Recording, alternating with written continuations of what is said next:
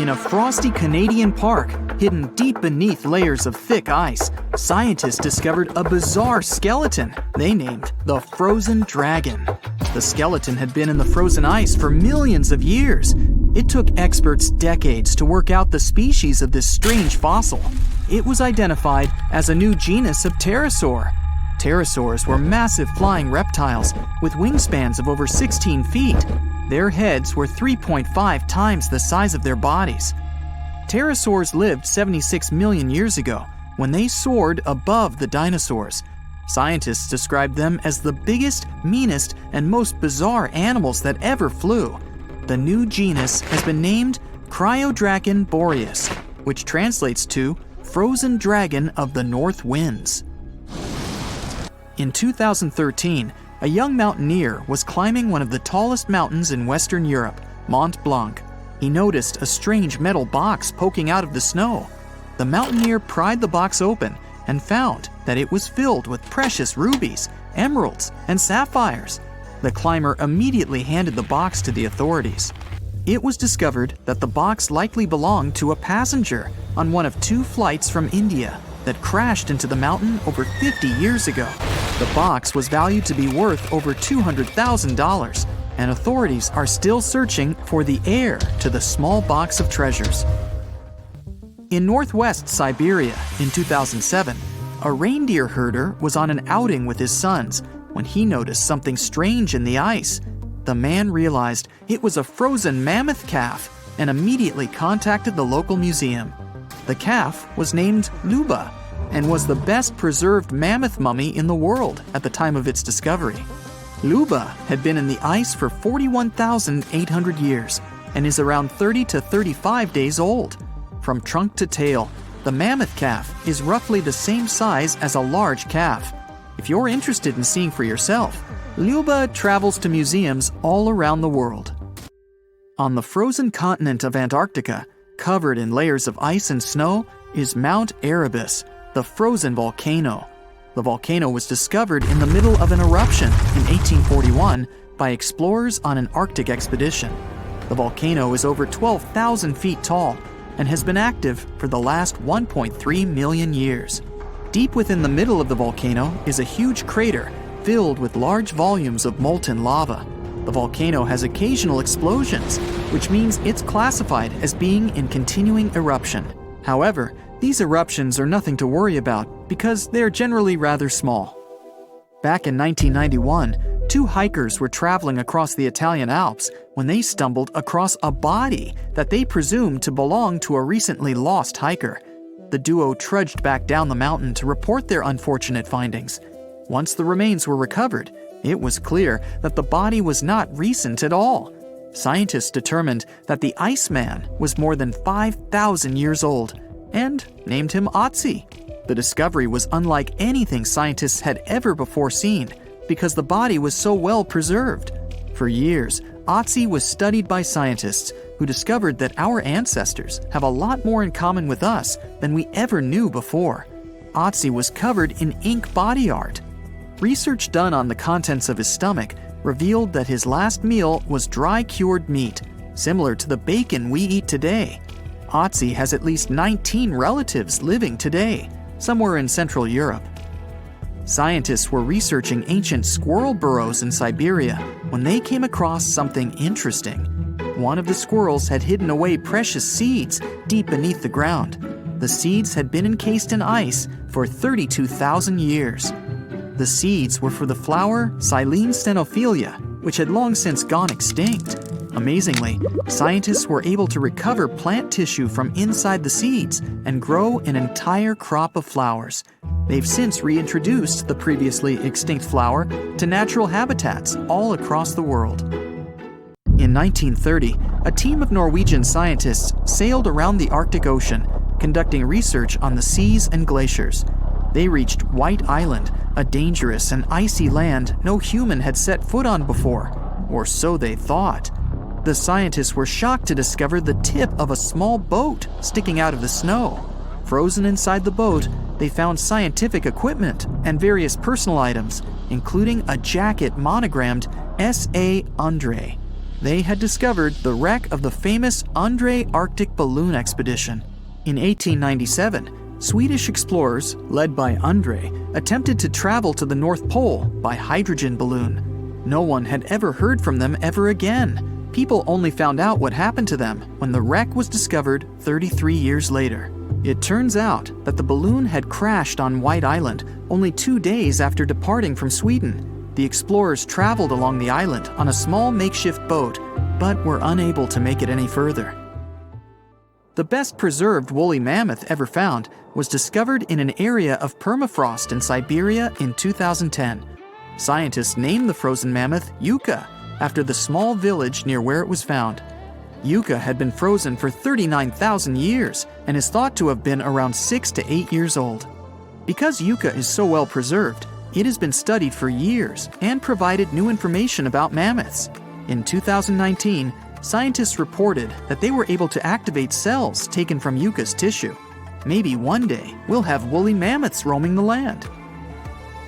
From looking at pictures and videos of Antarctica, the continent appears to be freezing cold, covered in snow, and flat, except for a few small hills.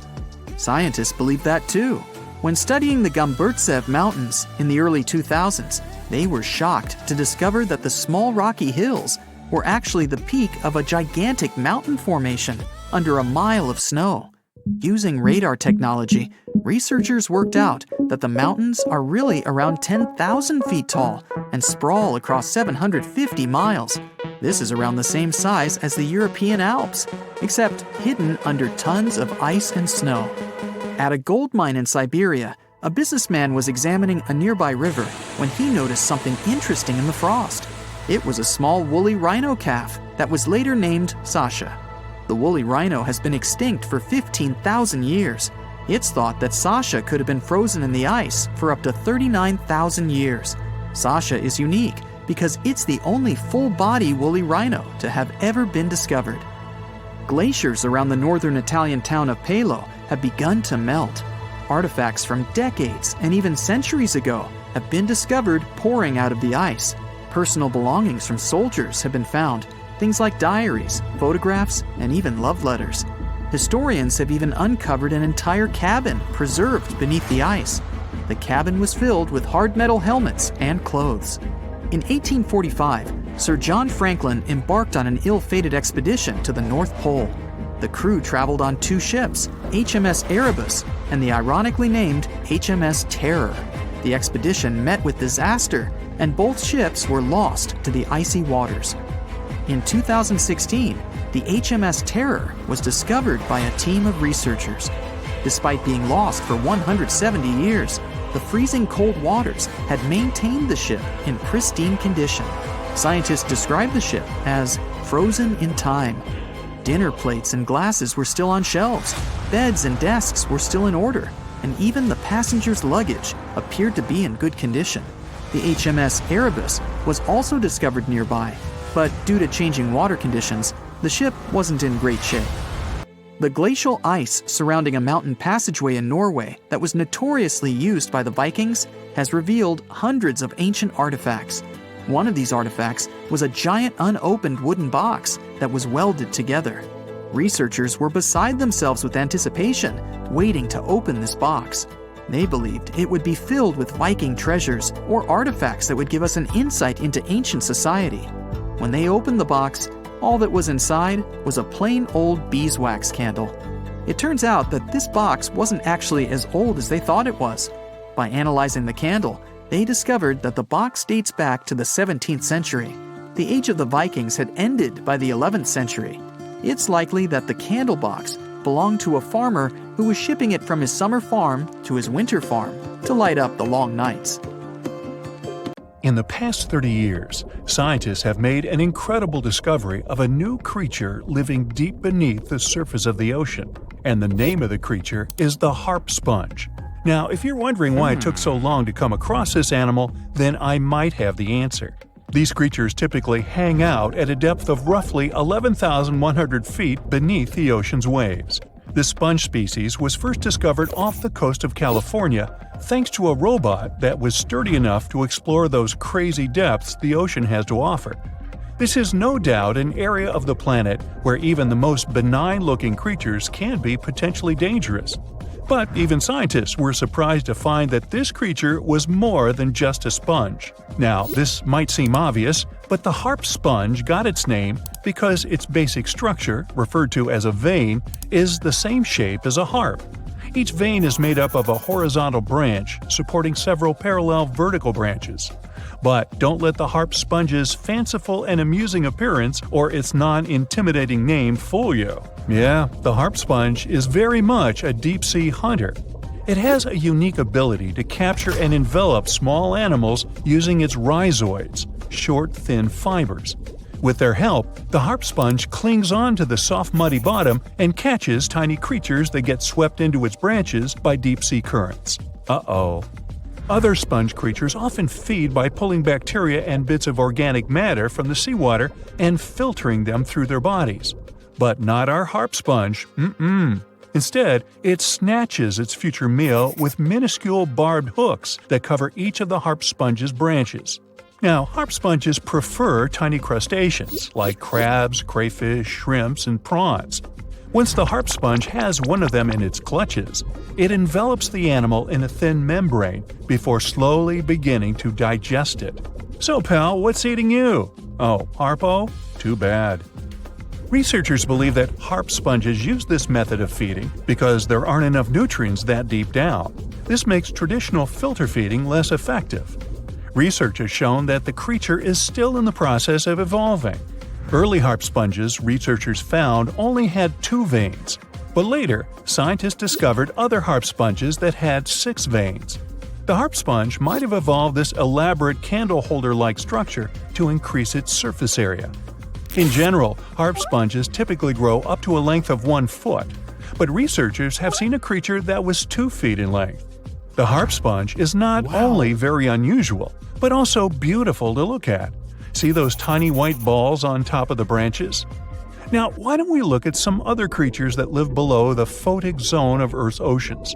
The photic zone means the area beneath the ocean's surface that still receives some sunlight. Thanks to this, there are loads of different creatures and organisms living there. Any animal living beyond this layer qualifies as a deep-sea creature.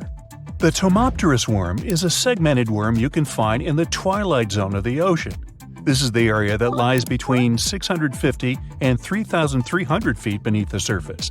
These creatures are often no more than 1 inch long, but the largest of them can grow up to 1 foot. While swimming around and feeding, these worms do what researchers describe as an amazing smooth dance. That's because the creatures can swim extremely quickly and maneuver at tight angles with ease. Now, I know most people hear the word worm and think of the common earthworm, so it's quite interesting to know there's a deep-sea worm out there that never leaves the water during its entire life. Similarly, most of us try to avoid jellyfish that either rest on the sand or sit on top of the ocean waves. This isn't the case with a Chrysoda jelly.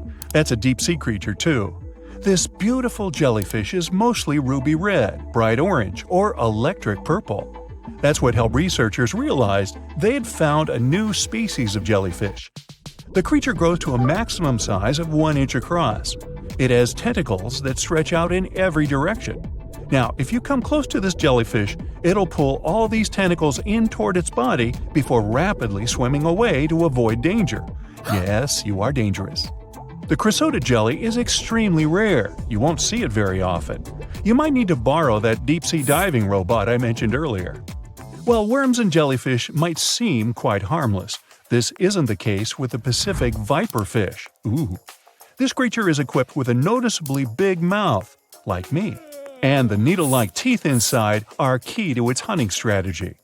Pacific Viperfish live at around 5,000 feet below the ocean surface, but they're among those numerous marine animals that migrate each night from the ocean depths toward shallower waters to dine. What's on the menu for dinner tonight? Lots of small fish and shrimp. The creature can grow up to 12 inches in length. Its 2 front fangs, which stick up from the fish's bottom jaw past its own eyes, are especially dramatic. When the fish unhinges its jaw, its mouth can open wide enough to engulf smaller animals, and the teeth form a cage to prevent an escape. Now, have you ever seen an underwater creature that looks like a strawberry? Trust me, it does exist. Just look at these dots on the strawberry squid. The creature has a big eye and a smaller one.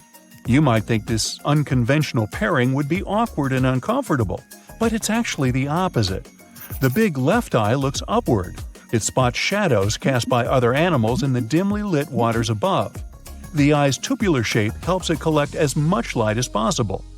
On the other side of the squid's head, you can see its right eye.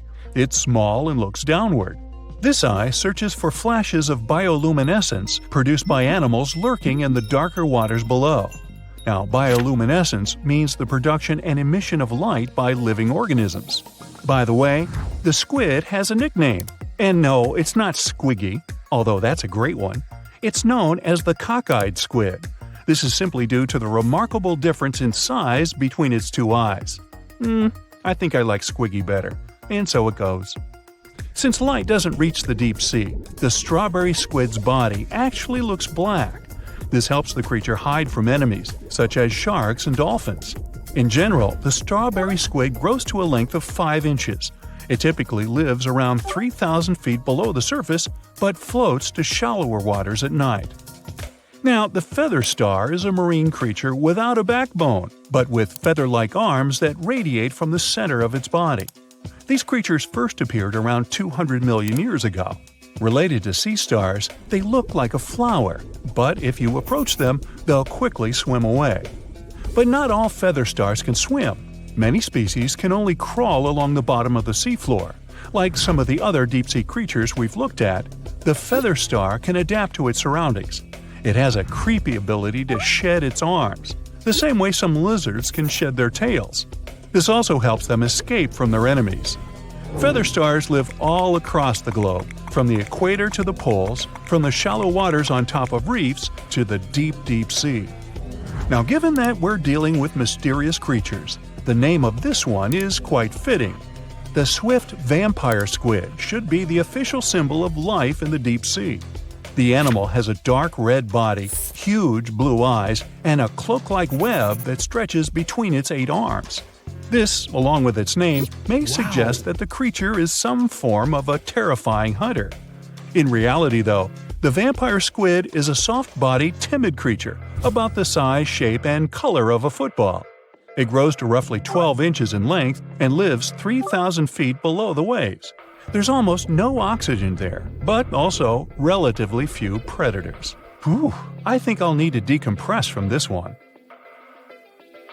We're in Siberia. It's so cold here that freezing gusts of wind are burning your face. All that white snow seems to be blinding you. This place resembles Antarctica because of the permafrost. Recently, a group of scientists researched one of the local rivers. With the help of a drilling rig, they extracted several samples of frozen soil. The scientists were shocked to find living creatures inside the ice. Later in the laboratory, they realized that the creatures were microscopic multicelled organisms known as bdelloid rotifers. These creatures looked like little worms. Scientists knew that these worms could live in frozen conditions for up to 10 years. But the age of the rotifers found in the ice was about 24,000 years. And after defrosting, they began to reproduce, as if they had been sleeping for several hours, not thousands of years. Further analysis showed that these organisms could stay frozen for hundreds of thousands of years. The rotifers might have lived during the time when people didn't invent the wheel yet. And this isn't their only superpower. Bdelloid rotifers are among the most radioactively resistant animals on Earth. They can survive in places where there's no oxygen and water. They can also stay alive in areas with high acidity and can live without food and water for a long time. By the way, these are not the only creatures that are known for living for thousands of years. Particular types of moss and some microorganisms are also almost immortal. Nematodes, also called roundworms, are some of the most adaptive varieties of worms in the world. Imagine the Eiffel Tower standing tall and proud. And now, let's make it 10 times higher and place it underground. Exactly at this depth, many thousands of feet under the surface, scientists discovered these creatures. There's no sunlight and almost no air in this place. And since it's much closer to Earth's core than the surface of our planet, The temperature here is higher than in the middle of the hottest desert. Millions of tons of soil above create insane pressure. But all this couldn't prevent life from developing here. When roundworms run out of air, food, or when the temperature becomes too high, they get into a unique state of stasis, or deep hibernation. In this mode, the worm's metabolism slows down, and almost all the processes in their bodies stop. The creatures can sleep for a very long time, and only wake up when the environment becomes more livable. By the way, you don't have to go so deep underground to find these creatures. Nematodes are found all over the world. They can live in hot springs, deserts, high in the mountains, among the harsh ices of Antarctica, or inside animals and humans. Our next invulnerable creatures are tardigrades, also known as water bears. These are microscopic, 8-legged invertebrates closely related to arthropods. It's impossible to see them with the unaided eye. But a conventional microscope will allow you to see tardigrades in detail. They look like minuscule bears. They're called water bears because they need a thin layer of water around their bodies at all times. It's necessary to prevent dehydration. Tardigrades have been found in all kinds of environments, from ocean depths to sand dunes. They're incredibly robust thanks to their unique organism structure. Yeah, they look soft, but their body is covered with a tough cuticle. This coating resembles the exoskeletons of grasshoppers, mantises, and many other insects. Water bears shed their old layer of the cuticle when they need to grow. Each of their 8 legs has 4 to 6 claws, which helps them cling to any surface. The bears can survive at a temperature that's almost 3 times as cold as the temperature in the ice of Antarctica. Heat doesn't harm them either. They have been proved to survive at the temperature that makes water boil. Also, water bears are not afraid of radiation and high pressure. In the depths of the ocean, pressure can destroy alloys of the strongest metals, but these creatures can withstand pressures 6 times greater. But the coolest thing is that they can live in the vacuum of space. Our planet has a magnetic field. This is a shield that protects us from solar radiation. Tardigrades don't need this protection. They can go into near-Earth orbit and come back unharmed, all thanks to a protein protecting their DNA from ionizing radiation. Like other immortal organisms, water bears can fall into a state of cryptobiosis. Tardigrades pull their head and legs inside their bodies and fall asleep. If the surrounding conditions suggest freezing, drying out, or experiencing a lack of oxygen, they will remain in this barrel form until the situation improves. So those are microscopic organisms and microbes that can only be seen through a microscope. But how about something bigger? Meet ironclad beetles. They live in the southwestern US and Mexico. These insects can not survive high temperatures, live without oxygen, or in conditions of increased radiation. But their shells are so tough that they can only be pierced with a drill or hammer. Their durable exoskeletons are made of a special substance, chitin. It can also be found in the armor of crabs or shrimp. And still, the chitin of the ironclad beetle is so durable that it allows this creature to withstand the impact of a car moving at high speed. In times of danger, they can hide their whiskers and strong legs in special recesses in their shell. Other animals can't bite through the armor, so they spit the beetle out and leave to look for lunch somewhere else. As soon as the danger disappears, the bug stretches out its legs again and goes about its business. Also, the armor saves the beetles from dehydration, which is very useful in hot areas of Mexico and the southwestern US. Inside the exoskeleton, they can store moisture. In other words, these bugs can absorb water whenever they find it and transport this liquid inside themselves. The next creatures are incredibly fragile, but they know how to survive in places where almost no other animals can live. We're going to the southeast of Romania, near the Black Sea. Here, on a desolate wide plain, you can notice a pit. This is a mine leading deep underground.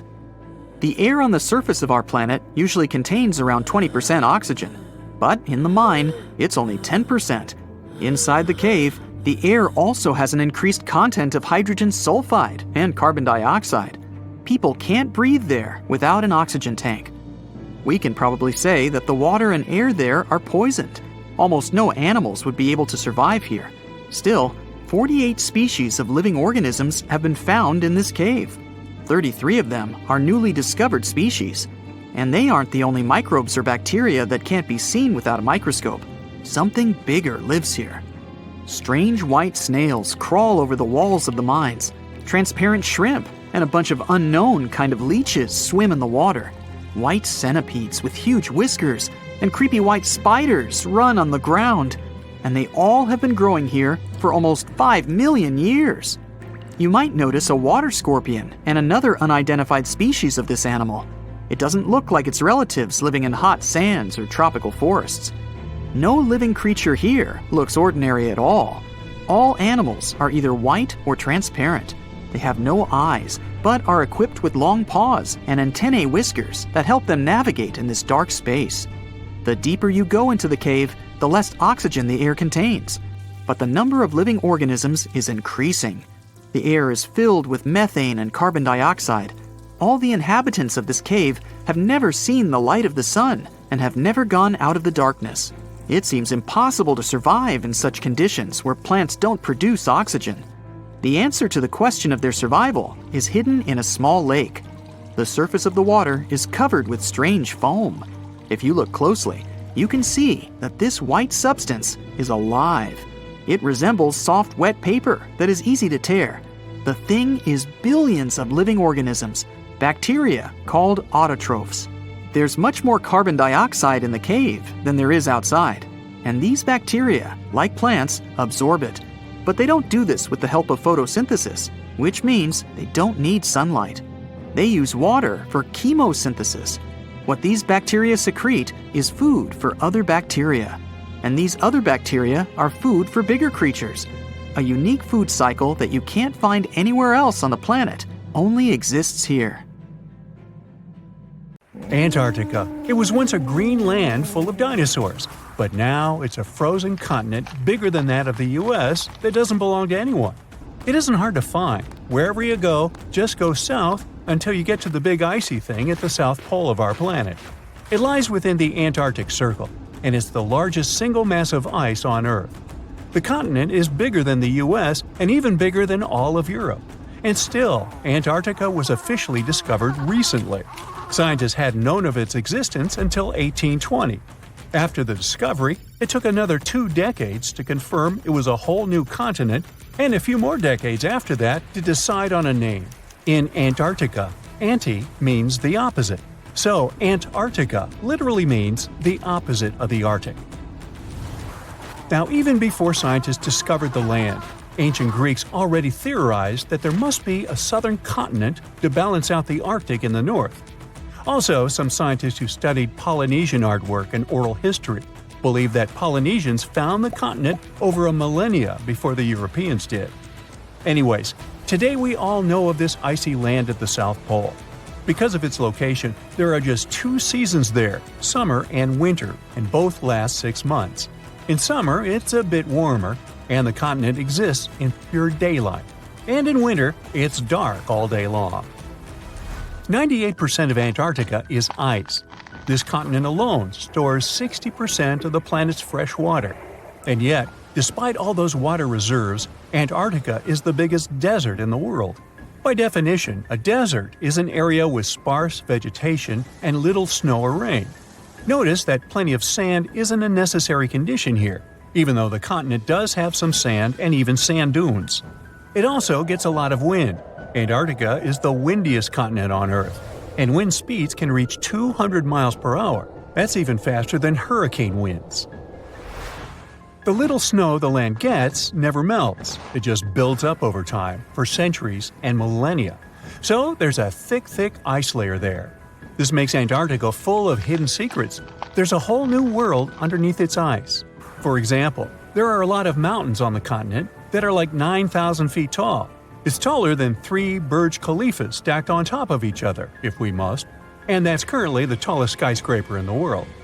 But we don't see all those mountains because they're all hidden under the ice sheet that's almost 16,000 feet thick. There's also a lake down there, beneath over 11,000 feet of snow. The lake is called Lake Vostok, named after Vostok Research Station, under which it's located. Originally, it was just a hypothesis. Over a century ago, a scientist suggested that the huge pressure created by tons of ice could decrease the melting point of ice in the lowest layers of the ice sheet, creating liquid water, which could form a lake. He didn't prove his ideas in his lifetime, but others continued his work and confirmed that this theory was true. There's also a canyon in Antarctica, hidden underneath huge masses of snow too. It's deeper than the Grand Canyon we have in Arizona. There is a mountain range that divides the continent into two parts, East Antarctica and West Antarctica. The western part of the continent is experiencing higher temperatures and is starting to melt. If West Antarctica melts and releases its stored water, it will raise the average global sea level by about 16 feet. That will be enough for some cities all over the world to completely disappear. Perhaps the first to turn into a water world will be Thailand's capital, Bangkok, which is just 5 feet above sea level. Then it will be Amsterdam in the Netherlands, followed by Ho Chi Minh City in Vietnam, Cardiff in the UK, and New Orleans in the US. People do a lot of work in Antarctica now, residing there for many months at a time to study this mystery of a continent. Over the years, even a few children were born there. But it's not a country, and the land doesn't belong to anyone. It's governed by the Antarctic Treaty System, an agreement of peaceful research and collaboration that suspends all territorial claims. It was first signed by 12 nations, and now there are 59 supporters, half of whom have decision-making powers. The continent is occupied all year round by researchers from all over the world. There are about 5,000 people living there in summer and about 1,000 in winter. Yet no one is a permanent resident there. People come and go, and the scientists take turns spending time there. The average yearly temperature there is negative 30 degrees. But there was a time when Antarctica was about as warm as Melbourne, Australia is today. It was about 40 to 50 million years ago. I wasn't around then. But the continent had green forests and dinosaurs roaming its land, chilling in the sun in a 63-degree Fahrenheit environment. That was before penguins. In our age, it's so cold that you won't even find any trees or bushes in Antarctica, just the snow. The only plants that can thrive in such extreme temperatures are lichens, moss, and algae. People can't stand such freezing conditions for lengthy periods of time either, so the continent has never had any indigenous population. Well, that is, if we don't count penguins, seals, whales, and a few other types of birds that live there now. Antarctica's fauna is the scariest and least diverse on the planet because only a few organisms can withstand its harsh conditions and because non-natives aren't allowed to be brought there. So, if you decide to travel to Antarctica with your cat, well, you can't. Hey, I don't make the rules. But those few species that live on the South Pole totally own the place. There are no more than 5,000 people there and around 20 million penguins. They are a kind of settlers, though. Penguins' first ancestors lived in Australia and New Zealand. There are still a few penguin species there, including the smallest penguin on Earth that is just 1 foot tall. Still, most of the penguins migrated to Antarctica at some point, possibly because they were attracted by the greater food supply there. It's not the cold that made them like the land. It turns out, most penguins leave the continent when the summer ends. The only ones that stay there are male emperor penguins, and they do it to warm and protect eggs left by their mates. But where do all the other penguins go? At first it was a big mystery even to scientists, but then they attached some tiny location devices to the legs of a few of these animals and figured it out. Penguins go to live in the southern oceans while it's too cold in Antarctica.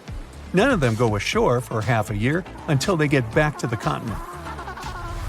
When they come back, it's when those eggs, left for male penguins to nurture, start hatching, and so penguin families can be together when it happens. Penguins eat different fish, and the ocean is full of those despite its cold temperature. In some areas, water can reach below freezing temperatures because it's salty. But fish don't freeze there because they have antifreeze proteins in their bodies. Then there are also about 1 million seals in Antarctica. They like fish too, and they can hold their breath underwater for 2 hours. They see way better underwater than in the bright light of the day, and they also use their whiskers to locate food. Their breathing holes in the ice can freeze while seals are away, and they must use their teeth to make a new one. Seals can even sleep underwater and then resurface occasionally to get some air without waking up. I can appreciate that. What's the scariest predator under the ocean? The crocodile? Huh, I don't think so. Loch Ness Monster? Please, it never existed. How about the Chronosaurus? Well, it is extinct, but you might be onto something. Let's take a look at what it'd be like if these creatures were still around today. First things first, what on earth was it? The Chronosaurus was a marine carnivore that lived in the cool, high-latitude Eromanga Sea. It covered vast areas of inland Australia between 90 and 120 million years ago, during the early Cretaceous period. Near-complete fossils of the creature were also found near Colombia, which is a country that has a noted connection to prehistoric reptiles and turtles. This fact makes it extremely possible that the monster I'm about to describe existed worldwide. You might have heard saurus and thought, oh, it's a dinosaur. But these were actually reptiles.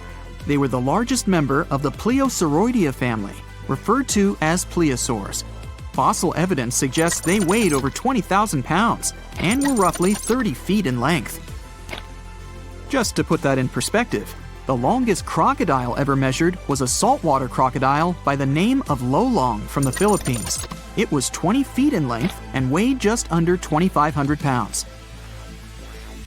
And that's still 10 feet shorter and incredibly lighter than the average Chronosaurus, making the crocodile seem like nothing more than a glorified goldfish in comparison. Despite its terrifying length, the most physically daunting feature of the Chronosaurus was its head. Its skull was about 8 feet long, which was actually proportionally large given the size of its body length. Anything that was unfortunate enough to end up inside the Chronosaurus's mouth may have been given false hope. After all, the teeth of the beast weren't actually that sharp. On second thought, I take that back. I wouldn't feel confident around a toothless snake, let alone being inside the mouth of this monster. But it's true that the Chronosaurus's teeth weren't sharp, especially when compared to other carnivorous reptiles, such as crocodiles and alligators. The teeth of this prehistoric sea creature were instead conical. This means that they were cone-like in shape. Unfortunately, this lack of sharpness didn't make them less dangerous. The teeth were enormous and could be up to 12 inches long from the crown tips to the bottom of the roots. This obviously meant that the Chronosaurus had an extremely powerful bite. It was estimated to be up to 30,000 newtons, which is almost twice as powerful as the bite of a large saltwater crocodile. Because of the bluntness of their teeth, they weren't suited for twisting their prey once in their grasp, but the size and shape of the teeth made them perfect for simple open and shut biting. They would have had no problem crushing hard objects such as the toughest of shells any sea turtle could offer. Just like crocodiles, the Chronosaurus is believed to have had a short neck. This may have been an adaptation to allow the beast to successfully catch small evasive animals. Their body, in general, was fusiform and streamlined. This means it was narrowed at both ends and had very little resistance to the flow of water. The Chronosaurus was also equipped with 4 paddle-like limbs. The hind limbs were larger than the front ones. They could span approximately 7 feet in diameter. All in all, this set the Chronosaurus up to effortlessly propel itself through the waters and be an ultimate predator. Predator X, if you will? That's the name that was given to the fossil of a creature discovered near Svalbard, a Norwegian island group, in 2009. The fossil was identified as a 50-foot-long, 100,000-pound monster with a bite force of 33,000 pounds per square inch. This might be the highest bite force of any known animal.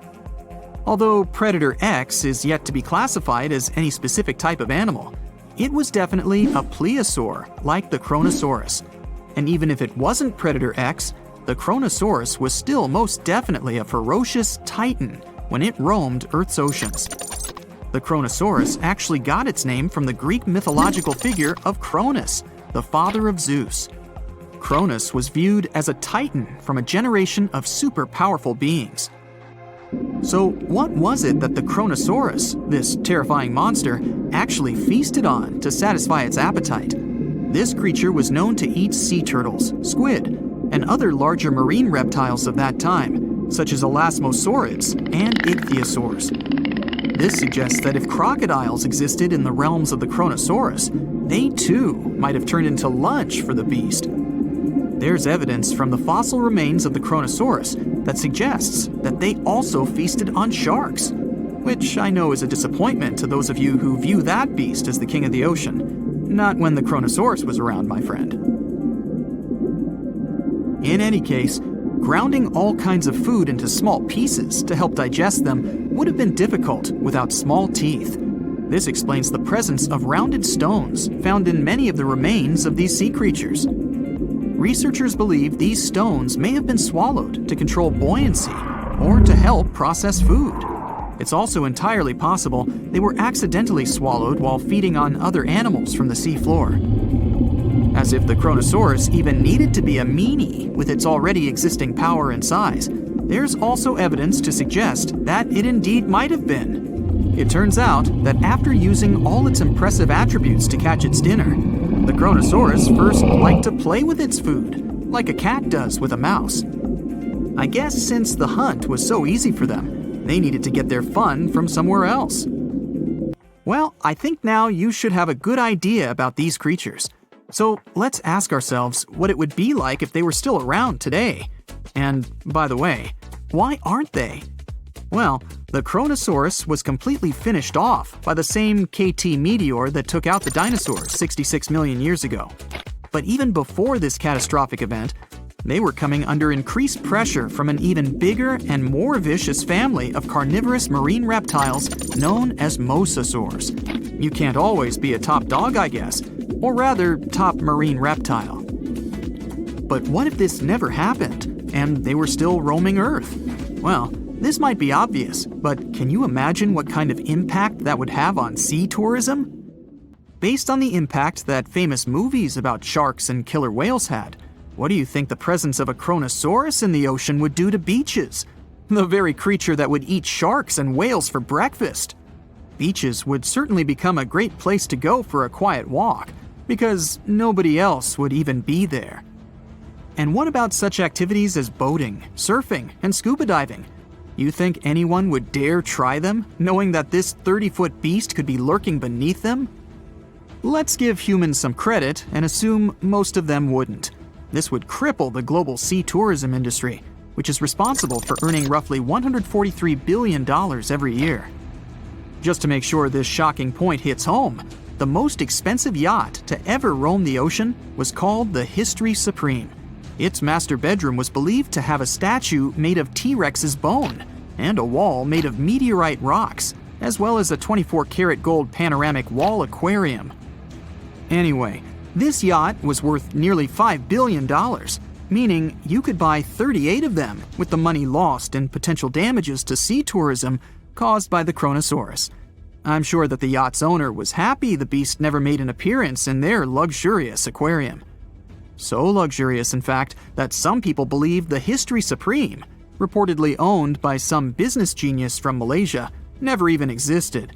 Rumor has it that it was simply an elaborate hoax fabricated by the supposed designer. Anyway, I don't think the trouble would just stop there. People could actually be in serious danger, regardless of being near the ocean or not. No, I'm not about to tell you that this thing would grow legs, adapt to living on land, and start picking us off one by one. At least, I hope not. I'm just going to point out the damage that the Chronosaurus would inflict through its devastating impact on sea trade. In America, ocean transit accounts for 76% of national trade. On top of this, more than 100 vital pharmaceutical products originate in the sea. I'll also state the obvious and point out that the ocean is a huge food source for us humans. The presence of the Chronosaurus could have a great impact on our relationship with the ocean, something we usually take for granted. Hey, don't we all love wintertime? Gingerbread cookies and sitting by the fireplace. And frozen methane bubbles? Freezing temperatures afford humanity the pleasure of some very weird winter phenomena. Let's go take a look at some of them. Beneath the surface of Canada's Lake Abraham in Alberta, or beneath other lakes across Antarctica, you'll witness a truly mesmerizing phenomenon of ice bubbles. From the top, they look like glittering jewels. But these bubbles don't meet our expectations, as they never pop. They just freeze midway, before ever reaching the surface. So how did they get there in the first place? And what are they made of? Some of them come from gas released from the melting of glaciers, while others are a result of the decomposing of organic matter lying at the bottom of the lakes. Now, they sure look pretty, but they're also pretty harmful to human life. These bubbles are made of methane, and they can intoxicate you. So if I were you, I wouldn't get too close. If you're driving on a curvy hillside road when a snow squall begins, you'd be wise to stop driving immediately. A snow squall is the winter equivalent of a severe thunderstorm. The thing is, they're difficult to predict and very fast moving. There can be sunshine, but then all of a sudden, a huge snow squall might start. If you haven't heard this term before, it's because the National Weather Service in the US only began using it in 2018. They called it a squall because it reduces a lot of our visibility and can be very dangerous if you don't take it seriously. But still, falling snow is beautiful, even if it's that crazy.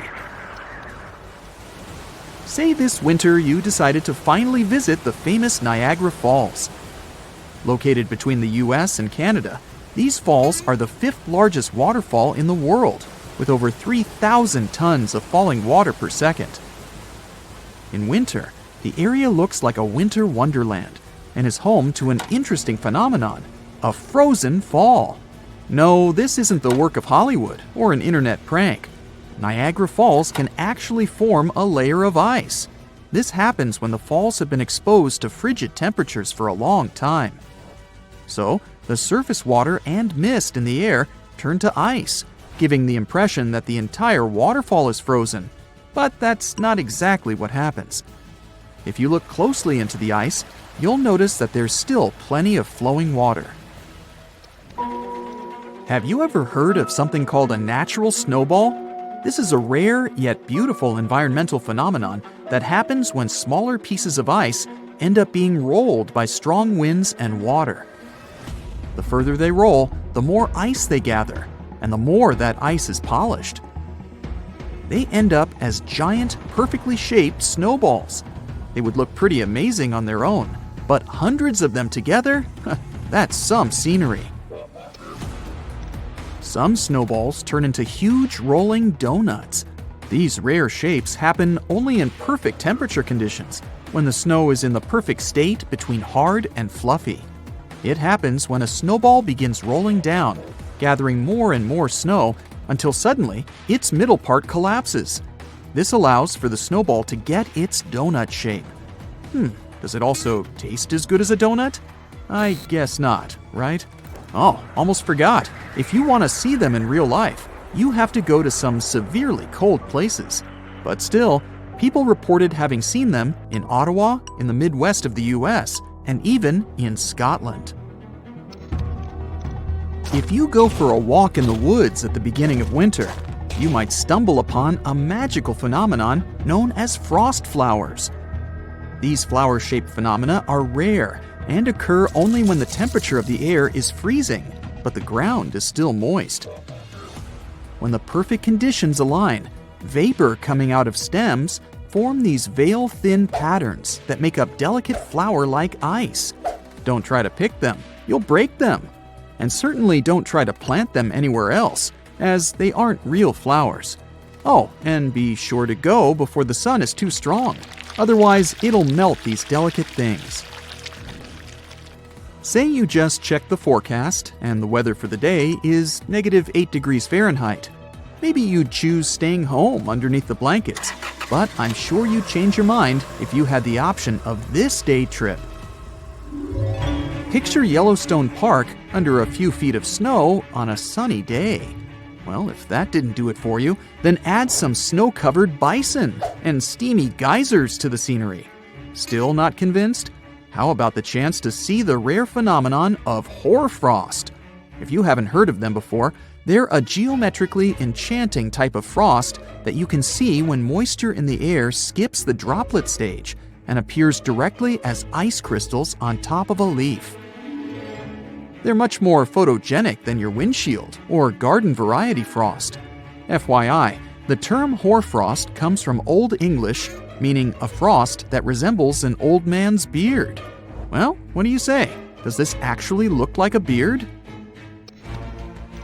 You're walking in a frost-covered forest on a freezing day when suddenly you hear a loud banging sound. No, it's not an avalanche nor an earthquake. You're in the middle of a frostquake.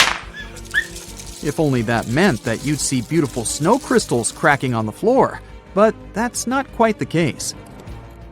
Frostquakes, also known as icequakes, happen when the moisture below the ground starts to freeze and expand. It's normal for things to expand in their frozen state.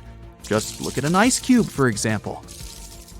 These frostquakes can move rocks and the soil above and cause loud cracking sounds as if the world were falling apart. Don't worry though, it's not. If you happen to see black ice, be careful. Although we call it that, black ice isn't really black. It's made up of a thin layer of ice that looks black due to the color of concrete or earthy ground. It blends in so well with the ground that it's almost impossible to spot. It forms during winter days when the ground is wet from rain or melted snow, and the temperature suddenly drops below freezing temperatures. So, this thin layer emerges, multiplying considerably your chances of slipping while walking on bridges or overpasses. It's also pretty common on spots on the road that are shaded by trees. This next phenomenon happens in a very specific wintry context, the Antarctic one. Amongst the unique things that occur on the continent, Antarctica is home to an extremely weird waterfall. The year was 1911, when an Australian geologist wondered about the so-called blood falls. He was extremely puzzled by this red stream of liquid pouring from a small hillside amongst the Antarctic ice. After years of studying, it was understood that what caused the redness was the high iron content in the water. The last piece of the puzzle came when scientists discovered that there was an underground lake with water full of oxidized iron nearby, which was what caused the bloodfall to exist in the first place. The North Pole is more than Santa's fictional home. Together with the South Pole, it's home to the so-called polar vortex, a phenomenon that helps to enhance our winter experience. The polar vortex is a large area of low pressure and cold air. It's called a vortex simply because over there the air rotates counterclockwise. It sends a jet stream that makes you want to bundle up and helps induce several winter phenomena such as freezing fog. If fog is when a cloud touches the ground, what happens when it freezes? You can expect that all of the moist droplets of water that are hanging around in the air will possibly freeze when they touch the ground, meaning you really wouldn't want to be driving around in the middle of one of these things. Lions, dogs, cats, all these mammals sleep in pretty comfortable positions. But not whales. They look like giant floating loaves of bread, which is a scene one diver accidentally came across in the Caribbean Sea. 6 whales were just standing upright with their tails pointed down at a depth of about 65 feet below the surface. Scientists discovered that when sperm whales take a nap, they stay in this position for 10 to 15 minutes. They don't move or breathe. But these creatures spend only 7% of their time asleep, far less than other mammals. Usually, they either rest peacefully in the water or relax, slowly swimming next to other marine animals. When they're moving and sleeping at the same time, they're actually taking a nap. These animals can't go too deep and need to stay close to the surface. Great white sharks sleep and hunt at greater depths, which means one less thing to worry about when taking a quick nap. Plus, it gets pretty cold the deeper you go, and whales need warmer environments that can help them maintain the temperature of their large bodies. When alone, dolphins enter a stage of deep sleep. It usually happens at night and lasts for only a few hours at a time. While sleeping, the animal floats at the surface. It shuts down half of its brain, I can relate, together with the opposite eye. The other half is at a low alert level, awake and ready to react if some unwanted visitor comes closer. The part of the brain that is awake also sends signals when it's time to go up to the surface to take a breath of fresh air. Marine mammals have the blowhole. That's a flap of skin they can open and close whenever they want. People breathe automatically. Your body knows what it needs to do even when you're sleeping. But whales and dolphins have a voluntary breathing system. It means they need to consciously go to the surface to get some air. And one part of their brain needs to always be awake to inform the animal it's time to go up. Whales and dolphins can hold their breath way longer than other species. They also have a higher tolerance for carbon dioxide and can take in more air. Their red blood cells store more oxygen too.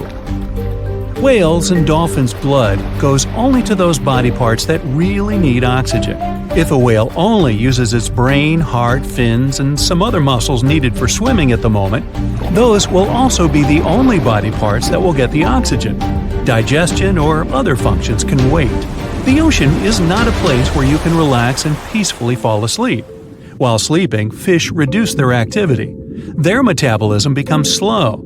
Some of them keep floating in the same spot. Others find a safer place among corals or in the mud.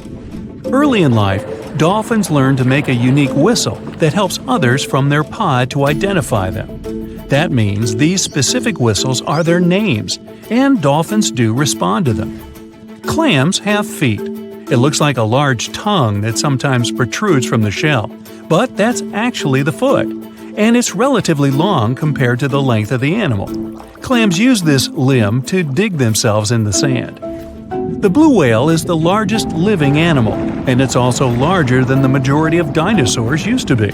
They can grow to more than 100 feet long and have a weight of almost 200 tons. That's like 50 adult elephants. A blue whale's tongue alone can weigh more than one elephant. Such a giant surely needs to eat a lot, 500,000 calories in just one mouthful. The blue whale's heart is the size of a small car and weighs 1,300 pounds. To move the blood through such a giant body, the heartbeats are so strong you can hear them even from 2 miles away. The heart of a whale beats only 8 to 10 times per minute. The whale is one of the loudest creatures out there.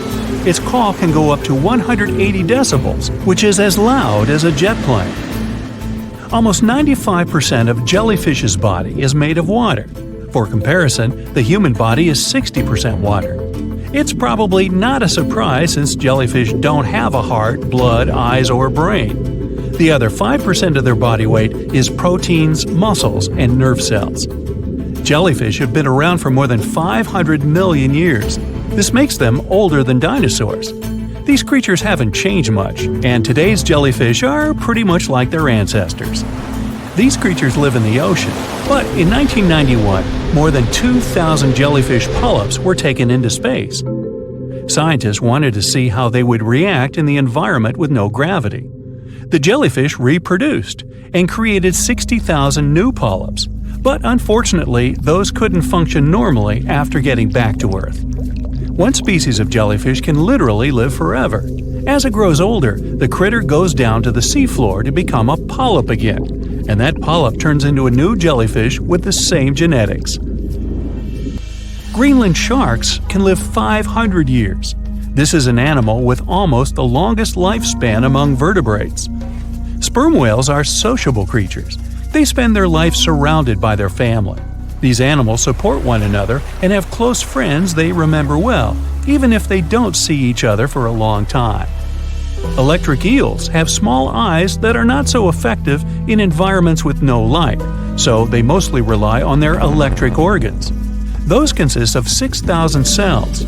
Eels use them to stow power, similar to batteries.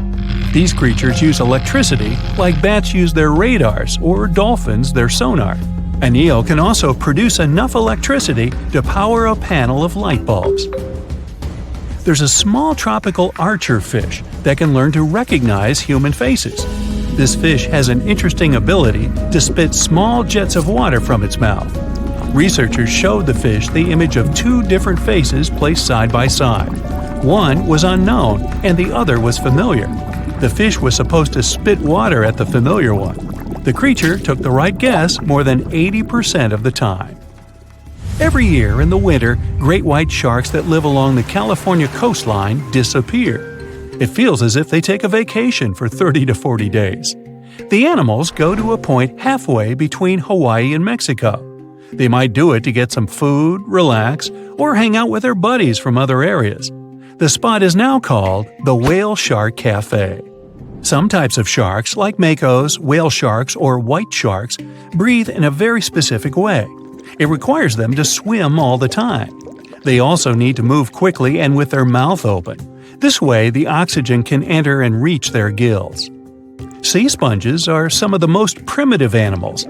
They're immobile, don't have a mouth, eyes, bones, brain, heart, lungs, or any other organ whatsoever, and still, they're alive. There's such a thing as a sea unicorn. That's an animal called the narwhal. Its horn is actually a tooth that can grow up to 10 feet long. Manatees, also known as sea cows, are distant relatives of elephants. Their weight can go up to 1,000 pounds. These creatures are vegetarian and need to eat around 10% of their total weight on a daily basis. That's lots of sea salad. In some cases, manatees share space with alligators, but they get along pretty well. You can even find a photo from Florida where an alligator rides a manatee's back. Frogfish have special fins that help these creatures walk along the sand. They're very useful in shallow waters. A ghost pipefish is hard to see, but once you spot it, you're bound to get really surprised. Its head makes up over 40% of its body. Crabs don't feel like wasting time on such formalities as putting foods in their mouth. That's why they taste it with their feet, which is where their taste buds are. Marine iguanas are the only lizards on our planet that like spending time in the ocean, even though they mainly live on land. They're herbivores that feed in shallow waters and swim like snakes. Iguanas use their long claws to hold onto the bottom when they need to graze. Green turtles can cross over 1,400 miles when migrating. They try to find the perfect spot to lay their eggs. Penguins sort of fly when they're underwater, reaching a speed of 25 miles per hour. More than 5 million years ago, I've heard, I wasn't around then, deep-sea worms and humans had a common ancestor. So we still share 70% of our genes with these creatures, and with sea stars, squid, and octopuses.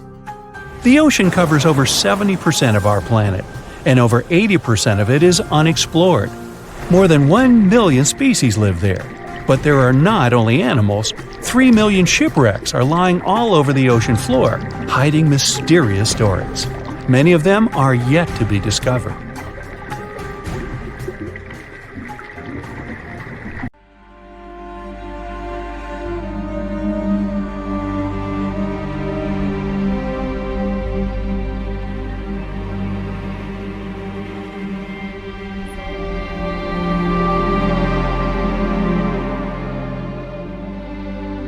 It's winter, 1980.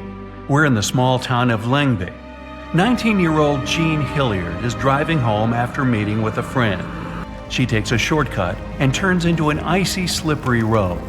In the dark, she loses control of the rear-wheel drive car. The vehicle crashes into a ditch.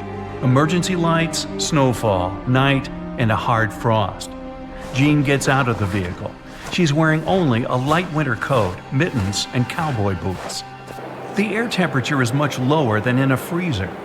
Jean is sure that her friend lives nearby, so she goes that way.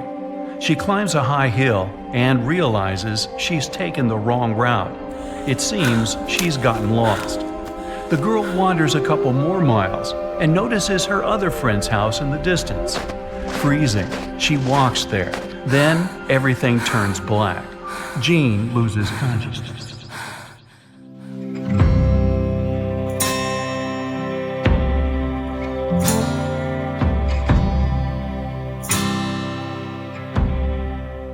The next morning, rancher Wally Nelson wakes up in a great mood. It's the holiday season. There's a winter fairy tale outside the window. He leaves his house and notices the body of Jean Hilliard lying just a few feet from his porch. Wally approaches the girl, shakes her, and is horrified. Her body is stiff and cold like frozen wood. Her eyes are open and don't move. Her hair is frozen. She just doesn't look alive. But Wally sees that she's still breathing. Gene has managed to survive. Wally wants to put her in his car to bring her to the doctor, but the girl's body doesn't bend and can't fit into the auto. It feels like a statue. He takes a bigger car and rushes to the hospital as fast as possible. The doctors take Jean, but they don't think she has any chance to make it. Her hand is so hard and frozen that no needle can penetrate it. A low temperature, glassy eyes, and muscles as hard as stone are all the results of emergency mode. Her body has directed all the blood to the vital organs to ensure their functioning. That's why other parts of her body look so lifeless, and her skin and muscles don't react to anything. The doctors decide to put heating pads on the girl to warm her up. Her family hopes for her recovery, but right now, all they can do is just wait. Frostbite is so dangerous because all that frozen liquid begins to expand. Fill a small bottle with water and put it in the freezer for a few hours. Then take it out, and you'll see that the bottle seems to have expanded or even cracked because of the increased volume of the liquid. The same thing happens inside our bodies. We consist of almost 70% water. When it freezes, its particles turn into ice crystals and tear cell membranes. Ice fragments can stretch and destroy tissue. This is called frostbite. Also, our body can slow down all internal processes in extreme cold conditions to save strength and energy.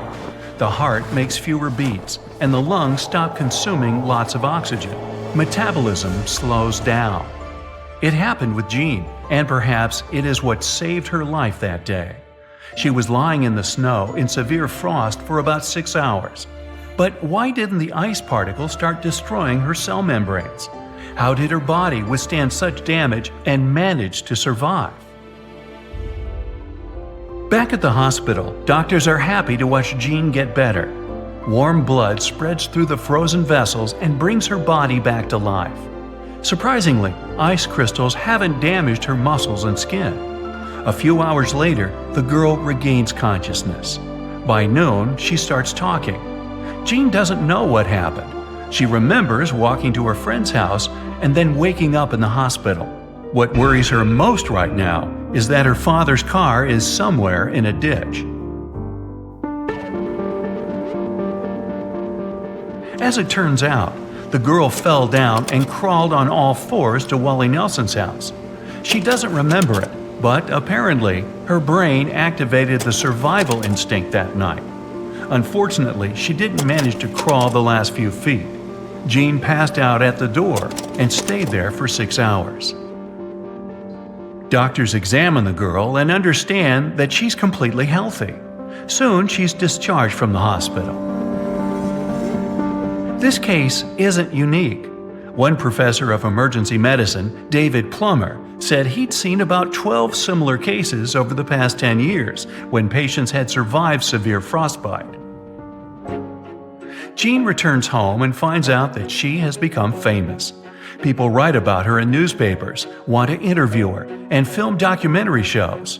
Her case has attracted the attention of many doctors around the world, but no one has been able to find out exactly how she managed to survive. In the case of humans, such recoveries seem like an absolute miracle. But many creatures of the natural world can adapt their bodies to extreme conditions. One of them is the tree frog. These animals live mainly in temperate and tropical parts of Eurasia. Sometimes they have to contend with cold weather. Their body injects glucose into the bloodstream when they feel they're freezing, and the content of their cells turns into syrup. Sugar lowers the freezing point of water. So, tree frogs have adapted to such conditions. The water outside their cells can freeze. Their bodies can get as hard as ice cubes, but they will be alive, feeling great. Then, when it gets warmer, they fully recover. The blood fills their body and puts all their muscles in motion. But one of the most amazing animals that can withstand freezing temperatures is the ghoulish ice fish. It's transparent and somewhat like a jellyfish. It swims in the dark, cold Antarctic waters. The ghoulish icefish feels comfortable there because of the antifreeze in its body. More precisely, it's a unique substance that is like antifreeze in its functions. This liquid doesn't allow the animal's cells, organs, and the whole body to freeze. There are no red blood cells in the fish's blood that transport oxygen throughout its body. This is the only vertebrate with such a superpower. There are organisms on our planet that use the cold to prolong their life. Scientists have found some of them in the ice of Siberia. Those are microscopic, multi-celled creatures, like small worms, that can live in a freezer for about 10 years. But the worms from Siberia were about 24,000 years old. The scientists transported them to the laboratory and thawed them. The worms came to life and began to multiply immediately after all those centuries of sleep. Their bodies can go into cryptobiosis. This is when an entire frozen organism has minimal vital functions.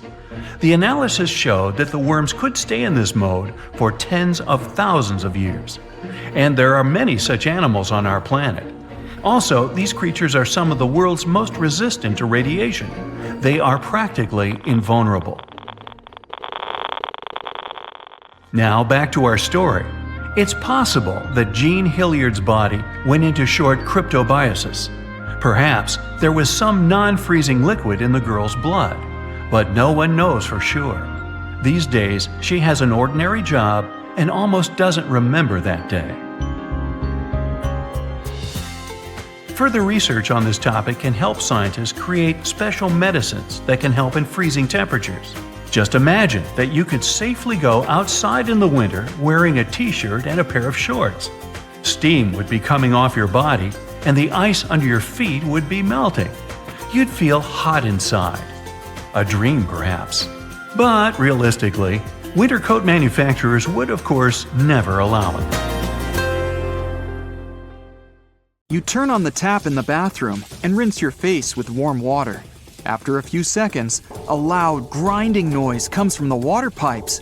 In the next second, pieces of ice fall into your hands. You jump up in surprise and hear a neighbor screaming behind the wall. He's probably taking a shower. You pull the handle, but the water doesn't flow. Then you notice a thick layer of ice sticks out of the tap. It looks like an icicle. You go to the kitchen and take a jug of water, but you can't pour any into a glass. The water's frozen. The same thing happens with the kettle. You can hear the pipes roaring. All the water in the city has frozen, and this has led to a water supply collapse. The water's flowing freely through the winding pipes. It's going up, down, and to the sides through a complex sewer system. Then, it turns into ice and expands.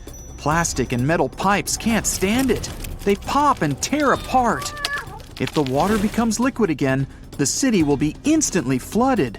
All sewage water will accumulate underground and rise. But now, the water has frozen for a few seconds, so millions of tons of ice lie under the streets. This is happening all over the world, and no one knows the reason for it. Even in the tropical jungles of the Amazon and in the African savannas, all lakes, rivers, and ponds have frozen despite the high air temperature. The huge amount of ice lowers the temperature of the entire planet.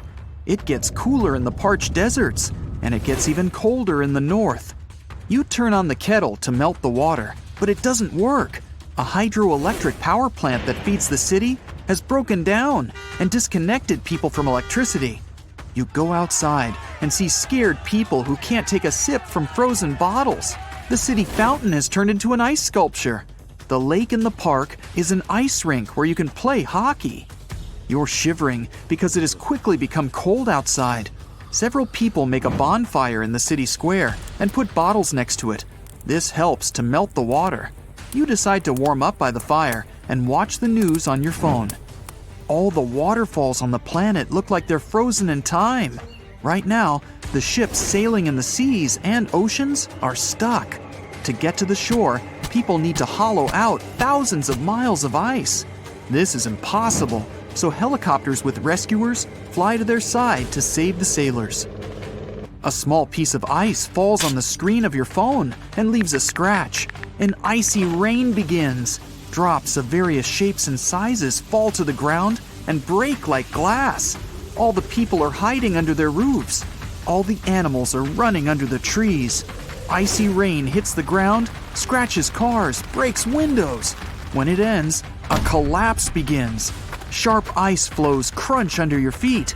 Cars can't drive normally. Traffic jams form on the roads. At the moment when the water froze, many surfers were catching waves on the coast of many countries. Here's one of them rowing to a big wave, standing on the surfboard. The wave rises, twists, and freezes. At a huge speed, the surfer slides on the ice and falls. He looks at the frozen ocean and goes home to put on his skates. Fishing has stopped all over the world. To catch a fish, you need to drill the ice and carefully remove the frozen fish. All the sea creatures are alive. They're simply in cryogenic sleep. Every day, rescuers pull out people stuck in the ice. Imagine you're swimming and everything around you freezes. You can't move. It's nearly impossible to breathe. Your head is now covered with an ice crust. All you can do is scream and move your face muscles. You spend hours calling for help and waiting for rescuers to take you out from the ice. Cargo transportation on huge ships has stopped. Import and export of various goods and natural resources are impossible now. This causes a shortage of fuel in some countries, since oil can't be delivered quickly by ship. Other countries don't get enough vegetables and fruits.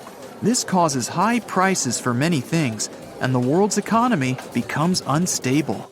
People buy up all the home heaters to melt water in bottles. The water supply is broken, and everybody goes outside with buckets to collect pieces of icy rain falling from the sky. At home, they melt liquid in iron buckets. This is impossible in your city, since the work of the hydroelectric power station still isn't restored. You and other residents create bonfires right on the streets to melt ice. Meanwhile, a real catastrophe is going on in the seas and oceans. Seaweed and phytoplankton absorb carbon dioxide and release oxygen. More than 50% of the fresh air on Earth is provided thanks to this process. Now, everything is frozen and oxygen production is suspended. After a few months, people will begin to notice that they have breathing problems. More and more carbon dioxide is accumulating in the atmosphere. Because of this, the blue sky turns gray. The rain doesn't feed the forests and jungles anymore. It destroys them. Trees, leaves, and plants are torn under the ice drops. The harvest is spoiling. People are running out of food supplies all over the world. Volcanoes emit a lot of carbon dioxide and heat. It can thaw all the frozen water, but it'll take millions of years. The Earth's temperature has dropped, which slows down the melting. Only on the coasts of the southern countries does the ice slowly begin to melt. But this is not enough to save the planet from disaster. The most destructive processes occur not on the water, but on the land. Cities located at the foot of the hills and mountain villages are being evacuated. Residents take their things and leave their houses as far away as possible because lakes and rivers are flowing inside many mountains and underground. And when all this water freezes, it begins to expand inside the underground channels. The same happened to the city pipes. When everything starts to collapse inside the mountain, a landslide begins. Rocks and mountains roll down onto small towns. Earthquakes carry trees and houses underground. This is happening all over the planet. To escape from the icy rains, people create umbrellas of light metal. If you decide to go outside in bad weather, you need to wear headphones or earplugs because the ringing of falling ice on the metal umbrella is deafening. It's necessary to protect plants and crops from ice. People put huge transparent domes over farms and fields. The domes are equipped with transparent, high-strength fabric. Ice pieces don't break through it, but remain on the dome. When the sun begins to melt the ice, it seeps through the grid and waters the ground. Scientists create super powerful electric stations and install them at different spots of the ocean. The stations are equipped with big drills that make a long tunnel into the ocean depths. Then, a powerful nuclear reactor is placed there. It's covered with a protective shield to avoid radiation entering the water. The reactor starts working and melts the water around. When a huge amount of water is melted, the reactor is removed from the ocean. Then, the warm water begins to heat the frozen water. These processes take decades. While the seas are melting, people in cities are reinstalling sewage systems. First, a powerful heater is placed inside each house, which slowly melts the ice. Then, plumbers replace the broken pipes with new ones. The global temperature is slowly recovering, but icy rains continue to fall. To solve this problem, scientists synthesize a harmless chemical reagent. Each day, supersonic planes fly through rain clouds and spray the substance that turns small ice floes into water drops. The freezing water in the rocks slowly melts, and this provokes new landslides. To escape from earthquakes, seismologists create a scanner that monitors the activity of underground water. The scanner processes data on the ice and ground temperatures and the density of air and soil and creates an earthquake model. People can find out in advance when the disaster will begin. Tonight, the biggest and fiercest shark in history will face the blue, a mysterious creature from the ocean depths. The fight takes place far out at sea, so people are not in danger. But if Megalodon loses, the life of all mankind may be at risk. But first, let's get to know our opponents better. Megalodon was an ancient marine predator, a giant shark feared by all aquatic life for millions of years. Megalodon had no competitors in the oceans. It was at the top of the food chain. Current sea inhabitants don't even realize how lucky they are because this monster went extinct about 3 million years ago. Although people can't know for sure if it's really gone. The ocean is only 5% explored. It's possible that somewhere in the depths, Megalodon still terrifies all the fish. And today, the colossal shark will fight against a worthy opponent, the blue. Technically, that's just the name of the sound that oceanographers recorded in 1997. The creature that made it could be called a sea monster, a kraken, a beast from the deep. No one knows how it looks, but we can guess its size. This ultra-low frequency bloop was so powerful that it could be heard by special sensors 3,000 miles away. If you were in New York, you could listen to the sound from Los Angeles. But the sound was deep underwater, where the audibility is actually much worse. A creature that can make such a sound could be dozens of times bigger than a blue whale, the largest animal living in the world. Interestingly, the source of the sound is located near the most remote place on Earth, Point Nemo. It's located more than 1,000 miles off the coast of the 3 nearest islands. This place is one of the most poorly studied on our planet. Point Nemo is used by many companies as a space garbage dump because of the long distance from land. Every year, satellites fall there. But the worst thing is that the coordinates of the fictional ancient city of R'lyeh are near Point Nemo. That city was described in the books of author H.P. Lovecraft. Among the ruins of R'lyeh, the monster Cthulhu lives. Yeah, it sounds nothing like it looks. Hey, neither do I. Hey, Cthulhu, buy a vowel, will ya? Man, it's like a cat walked across the keyboard and there's your name. This is an entirely fictional creature, but many people think it could be the source of the bloop. The chances of the Megalodon winning are small because Cthulhu is a demigod. It has arms and legs, wings, and a head resembling a colossal octopus or clam with dozens of long tentacles. It's impossible to determine Cthulhu's size, but if you believe the records of writers and drawings, its size can reach up to 300 feet in height. The Megalodon is 5 times smaller at about 60 feet, or slightly less than 1 subway car. Ooh, a nice lunch for a monster shark. The shark weighs about 100 tons, like 2 tanks. The weight of Cthulhu is also unknown, but we can say with confidence that it can easily lift 2 tanks with its hands. But Cthulhu can change its size and shape at will. It can be anybody from the size of a human to the extent of a continent. Also, Cthulhu can spawn any number of limbs. But let's not stray too far into fantasy. Otherwise, Megalodon won't stand a chance to win. Let's say Cthulhu has a constant size. So, in size, Megalodon loses to its opponent. Cthulhu is an ancient wise being that is more than 1 million years old. It has secret knowledge and telepathy. Megalodon is primarily an animal that simply follows its instincts. One of the main advantages of any match is intelligence, so Cthulhu wins against the giant shark again. Lovecraft described Cthulhu sleeping for many millennia and waiting to awaken to start an apocalypse. Therefore, all people in the world are interested in a Megalodon victory. To support the shark, people send their ships to help. It's a bit unfair, but even now, Cthulhu wins. The monster can control people telepathically.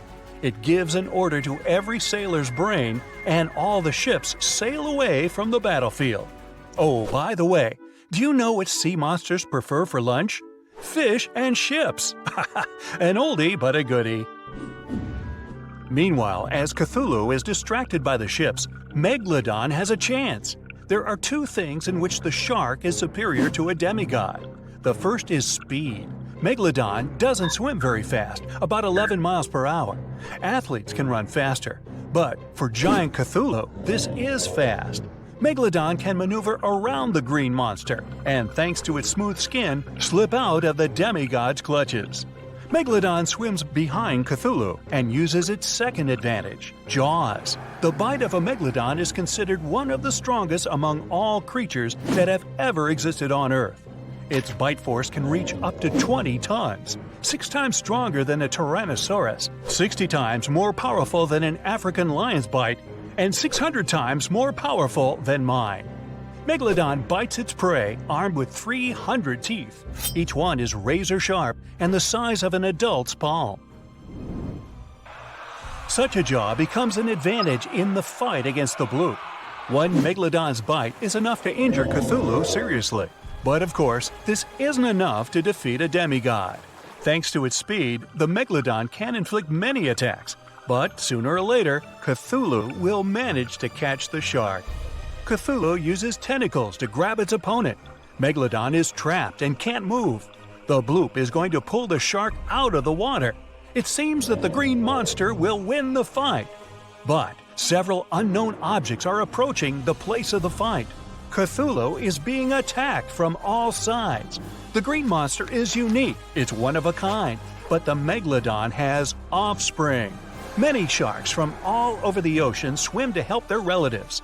Now the sides are equal. Cthulhu again uses telepathy to summon people to help. Hundreds of ships sail to the fight location. It orders them to open fire on the enemies. Dozens of sharks quickly swim around Cthulhu. It's impossible to hit them and not injure the green monster. Cthulhu loses by its own mistake. It cancels the telepathic order and decides to deal with the shark squad alone. Cthulhu uses its tentacles to catch each shark one by one. But the sharks work great as a team. Once one shark is captured, the others bite the tentacle and help it escape. All Cthulhu attacks fail. It needs time to think of a new strategy. But where to retreat when there are a lot of enemies everywhere? To go back to the ancient city is to admit defeat. Cthulhu has an idea. It opens its wings and makes a single wave that, like a blast, throws all the sharks aside. The monster floats to the surface. Another wave and tsunami forms in the ocean. Cthulhu rises to the air. Black clouds accumulate, thunder rumbles, lightning strikes everywhere, and a downpour begins. Cthulhu is in the sky, directly over a group of Megalodons. It has taken a short break. And now the green monster is ready for another attack. A shrill whistle sounds above Cthulhu. A satellite's falling, cutting through the storm clouds. Then another one. Cthulhu is not prepared for an attack of space debris. It dives into the water and retreats once more into the ruins of the ancient city. Megalodon wins with the last of its strength. Fortunately, such a fight will never happen. Megalodon went extinct millions of years ago. There is 0.01% chance that this shark species is still alive. This is excellent news for Megalodon fans, though. You can find a million-year-old tooth of this creature in places all over the world where people gather to hunt this artifact. Professionals and tourists sell found teeth for a lot of money or keep them as a souvenir. As for the bloop, you can play the recording on the internet and learn that this is not Cthulhu or some kind of sea monster. The National Oceanic and Atmospheric Administration, NOAA, confirmed that the bloop is actually the sound of ice. When large icebergs crack and collapse, they generate powerful ultra-low frequency sounds. There are many records of famous ice earthquakes that had similarities to the bloop. We've all dreamed of visiting the Arctic and witnessing the natural wonders of polar bears frolicking on ice floes or the aurora borealis dancing across the sky. Well, sorry to break it to you, but you won't find any tourists flocking to Antarctica anytime soon. Why, you may ask? Let's dive into it. First off, where is Antarctica? It's located in the southern hemisphere, specifically at the South Pole. The Southern Ocean surrounds it, and most of the continent is covered by ice, making it one of the most remote and frigid places on Earth. Now, have you ever met someone who's visited Antarctica? Probably not. It's one of the least visited places on the planet, and only a handful of lucky explorers have seen its interior, which is mostly made up of glaciers and ice fields. But trust me when I say the wildlife and scenery are out of this world. Why shouldn't you travel to Antarctica? Well, for starters, the environment is incredibly fragile and can be easily damaged. Plus, there are no native human populations on the continent, so your travels would essentially be like visiting an uninhabited island. And let's not forget that it's also one of the most expensive destinations to travel to. Despite all that, Antarctica is not exactly guarded like a fortress, but there is an international agreement called the Antarctic Treaty. This treaty was negotiated to prevent any unwanted activity on the continent and bans some forms of testing done there by member states. But the primary reason we can't just waltz into Antarctica is that it has a delicate ecosystem that needs protection. The treaty states that Antarctica should be used for peaceful purposes only and should be free from any human activity that could harm the environment. Scientists are still learning about the continent's unique ecosystem, and our activity and machines could disrupt the delicate balance that exists there. If you're still itching to go to Antarctica, getting permission isn't exactly a walk in the park. U.S. citizens, for example, need to complete a special form and send it to the Office of Ocean and Polar Affairs. And once you're there, you'll need to follow some strict guidelines to protect the environment, like not disturbing any wildlife or taking souvenirs like rocks, plants, or animals. Now, technically, can you live in Antarctica? While there are no laws banning people from living there permanently, it's a very inhospitable environment and unsuitable for human habitation. Temperatures can reach -76 degrees Fahrenheit and below, making it nearly impossible for anyone to survive without the proper equipment and experience. Plus, the nearest piece of land is over 1,000 miles away, making any inhabitants completely cut off from the rest of the world. Who knows? Maybe one day we'll get the chance to visit this unique and fascinating continent. But until then, let's admire it from afar. Let's now talk a bit about the discovery of Antarctica. Unlike other places that were already inhabited, Antarctica never had a native human population. Ancient Greek philosophers had an idea about the continent and called it Antarctos, meaning opposite the bear. The bears it refers to are not the polar ones though, but rather the Great and Little Bear constellations, which are only observable in the northern hemisphere. As a result, the term signifies the opposite of the land of the bear. Whaling and sealing voyages in the late 1700s and early 1800s would venture further south when rounding Cape Horn at the tip of South America. It was known that going further south often meant stronger winds, but also the risk of hitting floating ice of all sizes and of winds and seas that could prove dangerous to the ship and crew. Captain James Cook was the first to cross the Antarctic Circle on January 17, 1773, in the Ross Sea region. He reached a point further north a year later, and though he didn't sight land, he came to within 50 miles and saw deposits of rock held in icebergs, indicating that a more southerly land existed. The first sighting of Antarctica is widely acknowledged to have taken place in January of 1820, during the voyage of two ships under the command of Captain Fabian Gottlieb von Bellingshausen, as part of a 2-year exploratory expedition around the world to discover new lands. The captain's ships were the first to have crossed the Antarctic Circle since Cook. The first undisputed landing on Antarctica didn't happen until much later, on January 24, 1895, at Cape Adare during the whaling voyage of the ship Antarctic, led by Henrik Bull. A small boat with 6 or possibly 7 men on board rowed ashore during calm conditions. You might not believe it, but Antarctica is actually a desert. With all that ice, you'd think it'd be like a winter wonderland with snowball fights and hot cocoa all day long. When we think of deserts, we picture camels and cacti and people struggling to find water. But in Antarctica, it's a whole different story. The struggle isn't to find water, it's to find anything that's not covered in ice. And the average rainfall has been just over 0.4 inches in the past 30 years. That's like a few drops of rain compared to what we're used to. So technically, it's not the dunes or sizzling heat that makes a desert, well, a desert. It's the lack of precipitation. But don't worry, if you ever find yourself lost in Antarctica, you won't have to worry about getting thirsty. Just make sure you bring a jacket and some mittens, because it's cold enough to make you into a popsicle. Not only is Antarctica one of the driest places on Earth, but it's also the coldest, the windiest, and the highest. Talk about overachieving. The penguins and scientists down in Antarctica have at times found themselves in a bit of a pickle when it comes to time. You see, unlike the rest of us on this big blue planet, there is no Antarctica time zone. All the lines of longitude meet at a single point at the South Pole, making it a bit of a head-scratcher when trying to figure out what time it is. Now, you might be thinking, but how do the scientists and researchers keep track of time down there? Good question. They typically stick to the time zone of the country they departed from. However, with stations from all over the world on the Antarctic Peninsula, things can get a little wacky. Imagine trying to coordinate with your neighboring countries without accidentally waking them up in the middle of the night.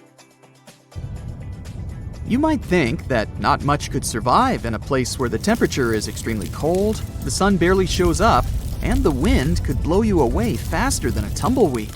Well, as in many places on Earth, life found a way in Antarctica too. Believe it or not, this frozen continent is buzzing with activity. It's home to billions of krill, which in turn attract lots of seals and more penguins than you can shake a fish at. But don't let their cute and cuddly appearance fool you. Penguins are the ultimate swimmers, with streamlined bodies that would make Olympic medal winners jealous. They come ashore to breed and chill, but their real talent is stealing pebbles from each other and forming mathematically precise huddles to stay warm. Antarctica is also home to the largest species of penguin on Earth. It's called the emperor penguin. Sure, these creatures are flightless birds, but that doesn't mean they can't jump. In fact, some of them can leap up to 120 inches. And let's not forget about the seals. With their furry bodies and special songs, these marine mammals are protected by the Antarctic Treaty, and they're thriving in the cool waters of the Southern Ocean too. But the real stars of the show are the whales. During the Antarctic summer, these huge creatures show up in droves to chow down on the abundant krill. It's indeed like a whale buffet down there. Look at those lush coniferous forests and tundra. What a wonderland. You may have mistakenly thought it's Canada, but it's not. It's Antarctica, about 34 million years ago. So what makes Antarctica this frigid today? It turns out a mix of dropping carbon dioxide levels and some tectonic shuffle played a huge role in transforming this ice-free paradise into the frozen continent we know now. About 50 million years ago, CO2 concentrations were sky high, strutting around at around 1,000 to 2,000 parts per million. But as those levels tumbled down, global temps started to drop, paving the way for the mighty ice sheets that later took over Antarctica. While the CO2 dive was happening, tectonic activity was also working its magic. The big split between South America and Antarctica opened up the Drake Passage, which created the Antarctic Circumpolar Current. This powerful current acted like a bouncer, keeping warm air and ocean currents from crashing the Antarctic party, and helping keep things rather frosty. If you mix up Australia and Antarctica, you're not that wrong. These two continents used to be one. If you mix up Austria and Australia, it's much worse. By the way, don't fall for the internet myths and memes. There's no help desk in Austria specifically for people who intended to fly to Australia. Now, look at this magnificent Australian pink beach. It's precious, and not in a figurative sense. Those mysterious pinkish sands are actually garnet, and it's widely used in jewelry. Geologists studied those sands and came to the conclusion that the garnet contained there is older than local mountains. That doesn't make sense, right? In fact, it does. You see, Australia didn't used to be this very detached continent as it is now. Many millions of years ago, Australia and Antarctica were part of the supercontinent Gondwana, and glacial erosion released the garnet, which eventually made its way to the beach. These sands formed when South Australia was flat and chill, long before the mountains appeared. Most garnet gets washed away, but this batch has a rich history, tracing back to glacial rocks in the Transantarctic Mountains. So this pink sand comes from an ancient mountain range hidden under Antarctic ice. Not only does Antarctica ice hide gems like garnet, if you look harder, you might find entire buildings. Sounds insane, but this is exactly what a British explorer did. His name is Chris Brown, and he uncovered an entire building beneath the ice. He was traveling to the pole of inaccessibility, and it all started with a bummer. Chris and his son had their plane broken. Suddenly, they spotted a lone bust peeking out of the snow. This place was an old meteorological station. Despite freezing conditions, Chris and his son Micah had a blast exploring. Chris is on a mission to conquer all 7 earthbound poles of inaccessibility and has tackled 5 so far. I guess you already know that Antarctica is the largest desert on Earth, much larger than the Sahara or the Gobi. Still, despite being the driest continent on Earth, it boasts a seriously weird waterfall. Nestled in the mesmerizing McMurdo Dry Valleys, it's 5 stories tall and looks like it's gushing blood. It's even called Blood Falls. It may look outlandish and even frightening, but its nature can be easily explained. The water that creates this crimson cascade was once a salty lake, but over time, it became sealed off from the outside world when glaciers formed on top of it. Now, this ancient water hanging out 1,300 feet below the surface has cranked up its salt levels to 3 times saltier than the ocean. This salt water is also loaded with iron and gets 0 oxygen or sunlight. When the iron-rich water trickles through a crack in the glacier and meets the air, it rusts up, turning dark red. You may have mistakenly heard that no bug species belongs to Antarctica, but it's not exactly true, because there's this tiny Antarctic midge living there. Plus, there are some spiders too. Those aren't your average spiders hanging out in the darkest corners of your apartment. Those are critters lurking in the chilly darkness of the Antarctic ocean floor. These little marine creepers are actually arthropods and can stretch around 20 inches across. As if that wasn't bizarre enough, they also breathe through little holes in their legs. Quick question. What's the color that you associate most with Antarctica? I'm sure it's white. That's my association too. However, Antarctica may look like a slice of watermelon. That colorful snow comes courtesy of a tough little algae called Chlamydomonas nivalis. When things start to warm up during the Antarctic summer, these little guys release their vibrant red and green spores, painting the snow in wild and funky colors. But it's best to steer clear because that snow is not just a pretty sight. It's also toxic and definitely not edible. Searching for fossils is always a blast, but when you're in one of the most remote spots on the planet, it gets even more exciting. A diverse team of scientists recently hit the mother lode, pulling in over a ton of fossils from ancient marine life, dinosaurs, and birds from the late Cretaceous period, about 71 million years ago. Their adventure kicked off with a flight to South America, followed by a 5-day trek through the infamous Drake Passage. Upon reaching Antarctica, they set up camp using helicopters and inflatable boats. You might be thinking, why dig in Antarctica with all that ice? Well, it turns out there are places where rocks pop up, depending on the season. The team went to James Ross Island, located in the Antarctic Peninsula, and they went there during February and March. And that's one of the few parts of Antarctica where in summer, rocks are exposed, and those rocks can come from the age of dinosaurs. The expedition was a success, as they discovered over a ton of remarkable finds. Next up, the fossils will head to Chile before making their way to Pittsburgh's Carnegie Museum of Natural History. Among their discoveries, they found relics dating back about 71 million years, alongside some around 67 million years old, including plenty of snails, clams, and various marine creatures.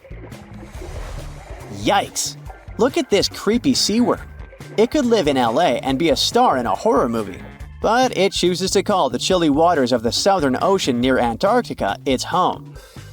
These worms can grow up to 8 inches long and 4 inches wide, but don't let their spooky exterior trick you. Research suggests they might actually be superheroes in disguise, playing a vital role in keeping ecosystems buzzing. Now, see that head? It's not really a head, it's just a retractable throat that helps this toothy creature chow down on its meals. Antarctica has many creepy critters to offer. Let me introduce you to the Antarctic strawberry feather star. It's not like Patrick from SpongeBob though. It's more like a deep-sea creature straight out of a horror movie.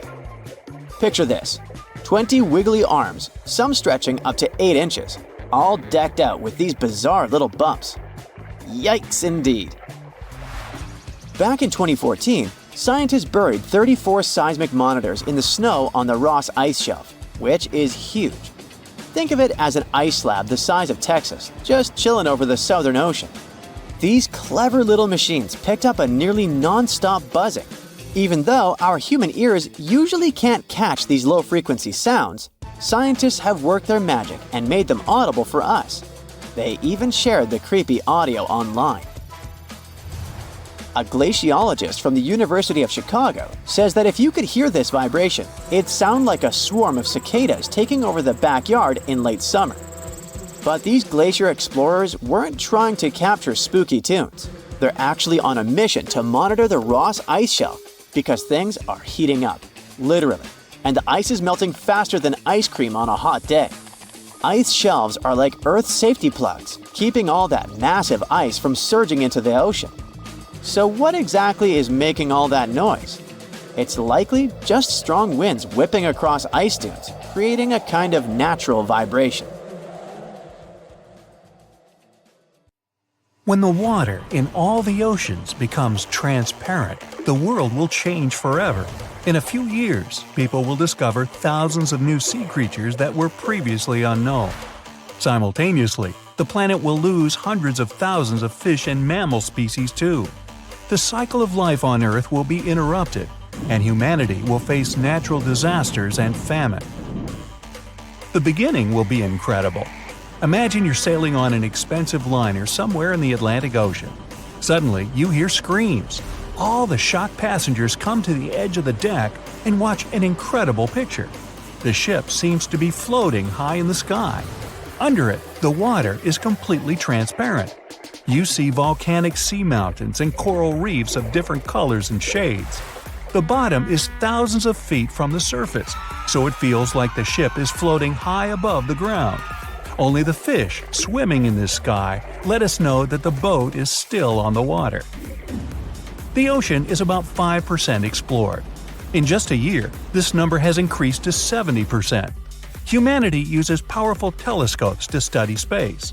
Now, when the water is transparent, all the scientists turn their telescopes toward the seafloor. Every day, people discover a new kind of fantastic sea creature. Many of them look pretty scary.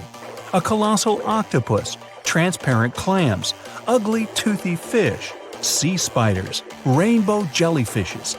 The Mariana Trench can now be fully explored. If there is a kraken, a megalodon, or any other sea monsters in the world, people will soon know about them. Relaxing on the beach is growing more popular than ever, but swimming in the water is a little frightening now. Imagine you're sailing on a yacht in the open sea.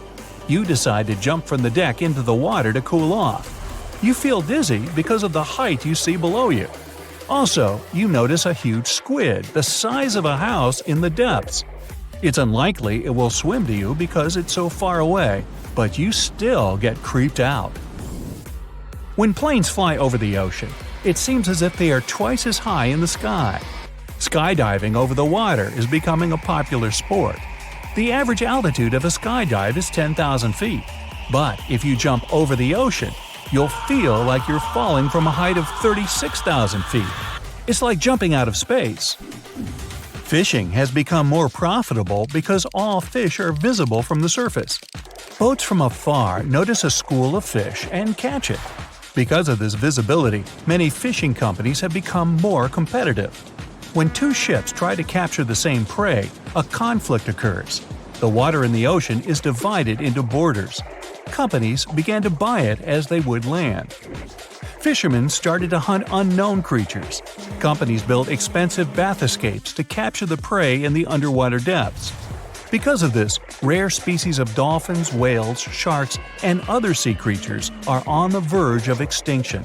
Governments in many countries spend small fortunes to fight poachers. All over the world, more and more people are becoming treasure hunters. If you fly a few miles in a helicopter over the ocean, you see that the seafloor is scattered with sunken ships. Old pirate ships of the past centuries, modern boats that were considered missing. Hundreds of divers swim to the seafloor to explore the ships. The treasures found there can be sold for thousands and millions of dollars. In addition to vessels, people find submerged ancient cities. New chapters of world history are open to scientists from all over the world. People would finally solve the mystery of Atlantis and find out why crafts disappear in the Bermuda Triangle. The number of shipwrecks in the world has significantly decreased. Even if a boat sinks, rescuers quickly notice it and fly to help.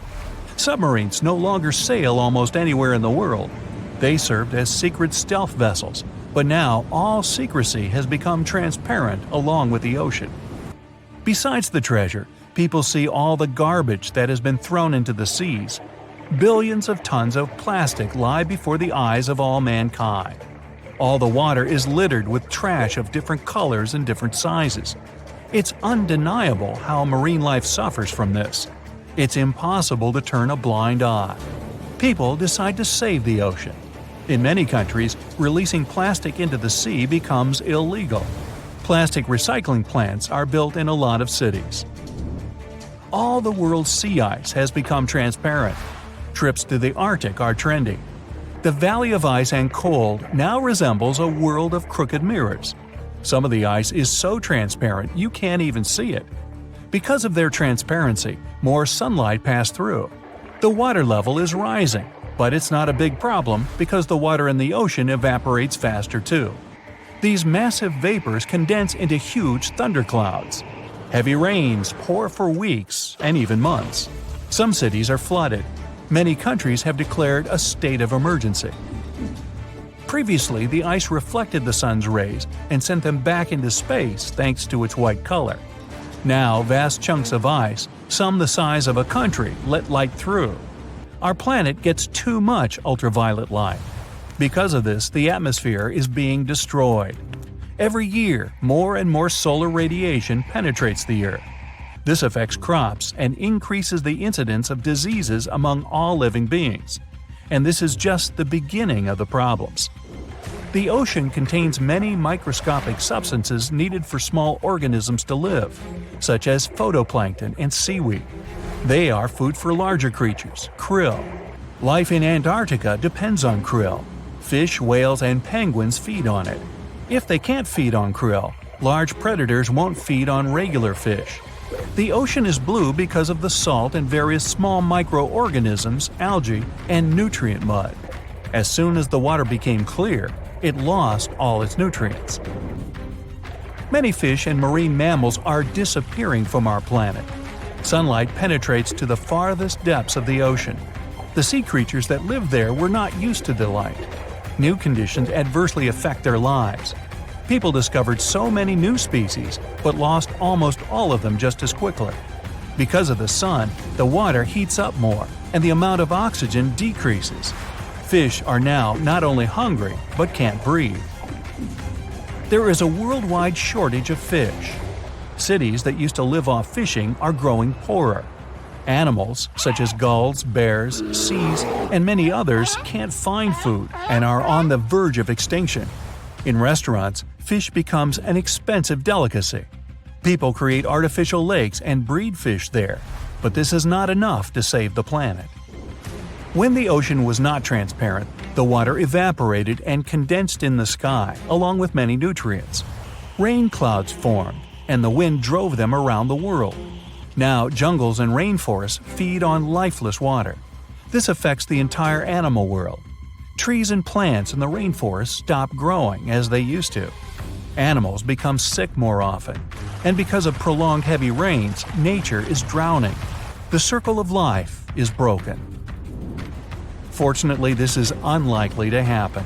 The sea is enriched by the deserts. Every year, 2 billion tons of dust rises into the air. Most of this dust comes from the deserts. Then, 1/4 of this falls to the seas and oceans and becomes food for microorganisms. Therefore, the dust must disappear for the ocean to become transparent. But it's not just dust that's the only source of a nutrient-rich ocean. Tropical rains fall in the forest of the Amazon. This water, which is also filled with nutrients, evaporates and condenses into a cloud and pours into rivers, lakes, and oceans worldwide. This feeds algae.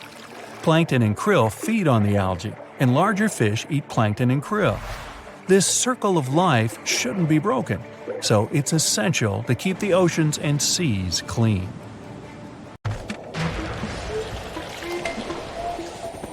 There's not much to do in Antarctica except scientific work.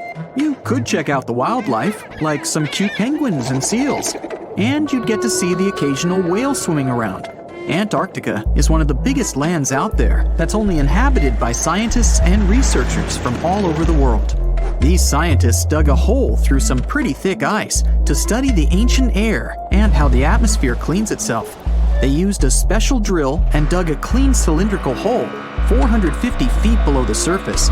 Some of this ice can be up to 800,000 years old and is a good indicator of what the climate was like in the past. It's like checking out tree rings to determine how old a certain tree is, except it's more complicated than that. After the effortless digging, they decided to drop some ice to the bottom of the hole to see what would happen next. They heard some really unusual sounds.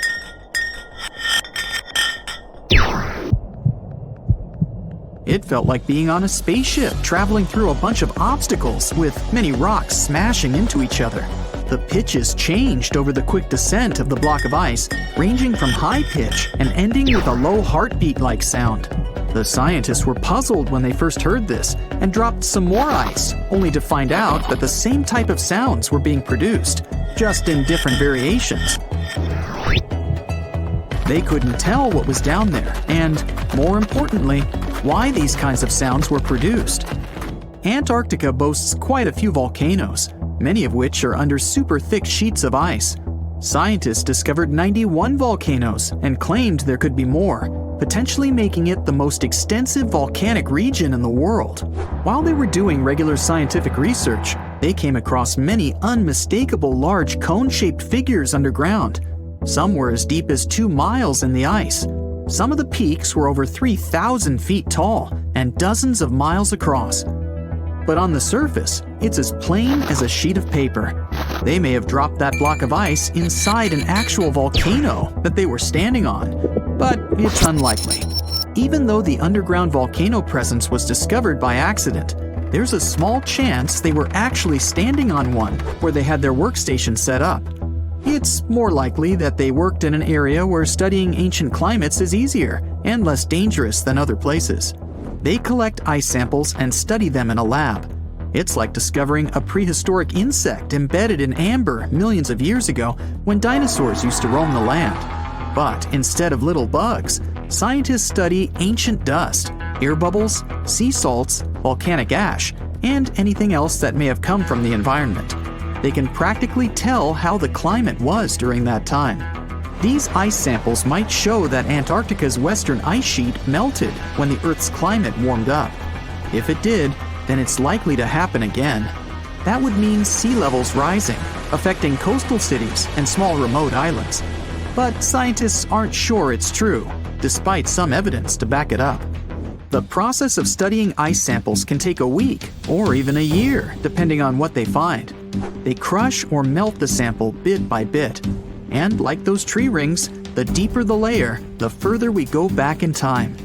In order to study ancient bubbles trapped in ice, researchers have to crush the samples under a vacuum hood to keep the air out while extracting the air and putting it in vials.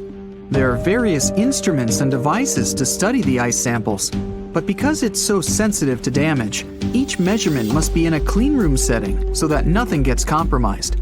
The scientists have to wear proper bodysuits and many layers of gloves and constantly get ventilated. Even something as tiny and insignificant as a fingerprint can ruin a sample. They look for certain patterns to see changes in the atmosphere's composition and temperature. But dropping a few blocks of ice down a hole wouldn't be so bad.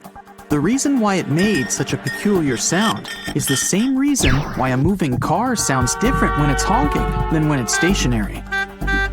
The scientific word for it is the Doppler effect. It's an obvious change in the frequency of a wave with respect to an observer who is moving relative to the wave source. The effect doesn't mean the frequency of the sound changes, it just shifts. And this can be said about other types of waves, like water and light.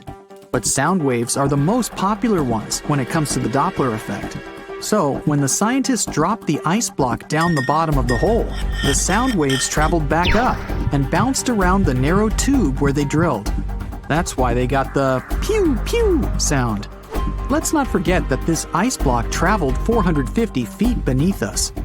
Oil ships dig holes in the oceanic crust that go thousands of feet beneath the Earth. The Kola Super Deep Borehole in Russia is the deepest hole ever made by humans. It goes more than 40,000 feet below the surface and took almost 20 years to reach 7.5 miles. Below it is only half the distance to the mantle. In terms of the whole Earth, this very deep hole is literally scratching the surface. This wasn't a hole to dig for oil, and wasn't in the ocean either. The drilling was stopped in 1992 when the engineers found out that the temperatures were 100 degrees Fahrenheit higher than they predicted. And then it was abandoned, and it's just been a barren hole now. But that's the closest we've dug to the center of the planet. The scary thing is that some of the workers on the site could hear voices coming from within. All the way in Yemen, an ancient hole exists in Barhout, in the east of the country in the middle of the desert. It's actually closer to Oman than to the capital Sana'a. This hole has puzzled experts and locals. Unlike the holes in Russia and Antarctica, this wasn't man-made. Or was it? It's been around for many years, and the locals try to steer away from it. They don't even like talking about it, since they claim it brings bad luck to those around it, or to whoever utters its name. They claim it was created as a prison for spirits, but many rule that out. The hole is 98 feet wide and somewhere between 330 to 650 feet deep. You can also hear strange sounds coming from the inside. But according to some scientists, the well has little to no ventilation and barely has any oxygen down there. So it's unlikely that anyone or anything lives down there. The Challenger Deep in the Mariana Trench caught some low-pitched grumble sounds in March of 2016. Some of these grumbles were followed by screeches. They caught these sounds in a span of weeks, using a titanium-encased microphone so that the immense pressure of the lowest point on Earth wouldn't crush it. They had to lower it slowly as well, since it's 1,000 times the atmospheric pressure at sea level. For 23 whole days, the microphone recorded typical sounds of whales passing by and boats sailing across from above, and even rumbles of nearby earthquakes, but they still couldn't determine what caused those initial sounds. The researchers couldn't understand if the noise from the bottom of the Mariana Trench was caused by humans or was natural. They also wanted to know if these sounds affected marine life, like dolphins and whales that rely on echolocation. They still can't figure it out, but scientists estimate that the ocean is about 10 times noisier than it was 50 years ago. With technological developments in shipping, submarines, and underwater construction, the ocean will only get louder with time. Northern lights come with sounds, which nobody talks about. They're usually audible when the auroras are at their most powerful presence. Scientists were always puzzled as to what caused the faint popping and crackling, even though they were very far above us. They used some special microphones and found out that the sounds came just 230 feet above us, which is pretty low. They're caused by electrical charges gaining power in a specific region of the auroras. The electrical charges are disturbed by magnetic storms that fire up the northern lights. As a result, some tiny sparks are released into the atmosphere, causing the faint crackling and popping noise.